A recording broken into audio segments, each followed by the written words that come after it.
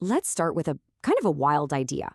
What if our most advanced mapping technology, all the satellites and servers, what if it's all just an echo of a system that's been running for literally billions of years? And look, this isn't just a clever thought experiment.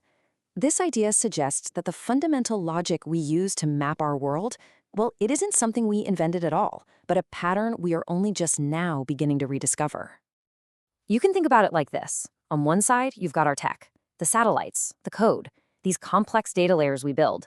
And on the other side, you've got nature's version, the way rivers carve the land, the structure of a forest, the exact pathways animals use to migrate.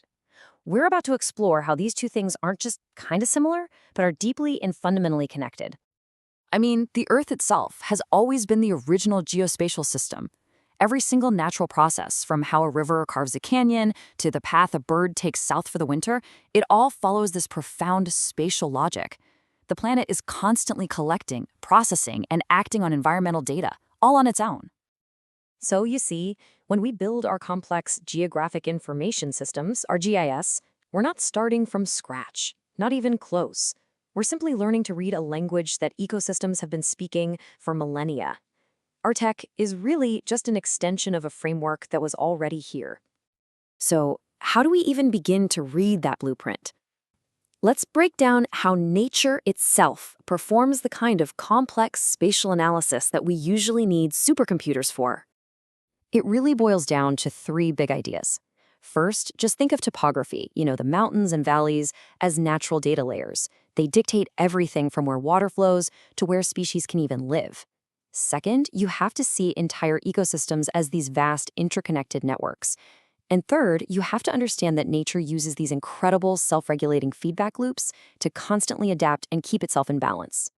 And these networks aren't random at all. The routes pollinators take or the paths animals migrate along, they're highly optimized, like biological versions of our own supply chains. Bees, for instance, solved the famous traveling salesman problem to find nectar with just shocking efficiency. They use methods that actually mirror our best logistics algorithms. It's incredible. But maybe the most mind-blowing example of this is what scientists call the Wood Wide Web.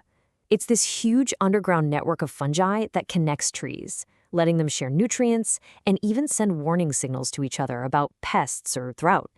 It's a living, breathing, subterranean data network. And here's the kicker. This is the part that sounds like science fiction. When researchers actually studied this network, they found that it sends nutrients along the most efficient paths, using a logic that is nearly identical to a famous computer science principle called Dijkstra's algorithm. Now, if that sounds familiar, it's because this is the core logic that powers your car's GPS to find the fastest route home. Yeah, nature figured out optimal network routing billions of years before we did. So if nature has all this ancient built-in intelligence, how do we translate it into a language our computers can actually understand? Well, the answer is we create a digital mirror of this living world. And the key concept here is something called the digital twin. Now, this isn't just a static 2D map. Think of it more like a living, breathing, virtual model of a real-world system, like an entire watershed that's constantly updating with real-time data. And we build these digital mirrors with some absolutely incredible tech. We're talking about LiDAR sensors on drones that can paint a perfect 3D picture of the forest floor right down to every last leaf. Or we use satellites that can see light way beyond the visible spectrum to check on the health of crops from outer space. It's all about gathering these rich, dynamic layers of data to build a model that says alive is the real thing. So, for example, a wetland naturally absorbs floodwater, right? Well, our digital twin can simulate that exact process to predict flood risk in real time. A forest naturally cools its surroundings. We use a digital twin to model precisely how planting trees can reduce dangerous urban heat. We're basically learning nature's rules and then building tools to work with them. Okay, so we've learned to read nature's blueprint, and we've built a digital mirror of it. But what's the real payoff? Well, this is where it gets really powerful. This is where we move from just being observers to becoming active partners with nature, amplifying its systems. And the scale we're talking about here is just immense. Take the UN Biodiversity Lab. It pulls together more than 500 different global data sets, everything from species distribution to real-time deforestation alerts, all into one platform. It gives us this kind of planetary health checkup that was pure science fiction just a decade ago. And the applications out there in the real world are already total game changers.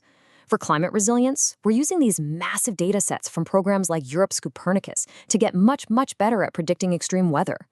In conservation, it means we can be proactive. We can identify and protect critical habitats before they're threatened. And in agriculture, this data lets farmers apply water and fertilizer with pinpoint accuracy, which dramatically reduces waste. Now, for businesses and city planners, this represents a total mindset shift. Instead of just reacting to problems after they happen, you get what's called adaptive foresight. A shipping company isn't just reacting to storms anymore. They're using these living models to predict weather patterns weeks in advance, optimizing their routes to save fuel and keep everyone safe. So all of this, the decoding, the digitizing, the amplifying, it's all leading us to an even more profound future. A future that's less about mapping the planet from above and more about collaborating with it from within. This is where the technology stops being just a tool and actually starts becoming a partner. The future of geospatial isn't static, it's alive. And this next frontier even has a name, biomorphic GIS.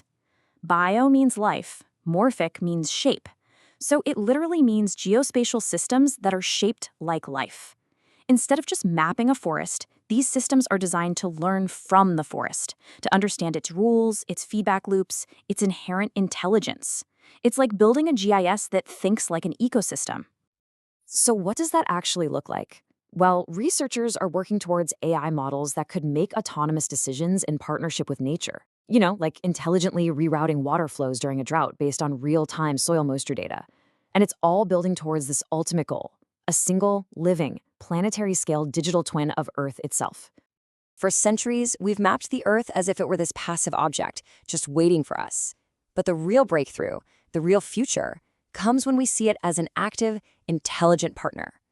We finally have the technology to listen to what the planet has been telling us all along. The question is, are we ready?